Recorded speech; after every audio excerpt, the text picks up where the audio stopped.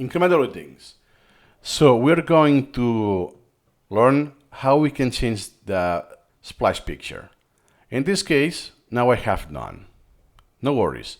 In case you have none, because you messed up, or you know what you did, just close up Supermemo, and if you start again, it will reappear. Most of the time, it will reappear. If it doesn't, you need to close something or just restart the computer and that will fix it.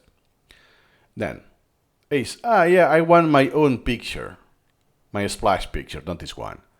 So just click on this here on the folder. You select the image. By the way, you can preview it or not, depends on you. You can click preview here.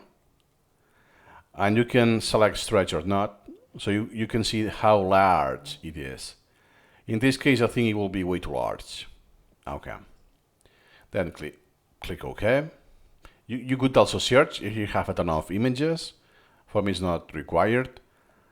Select OK, and here you go. Even though the image is much larger, it gets rescaled. So that means that from now on, when I start Supermemo, I will see this picture instead. Let's try that.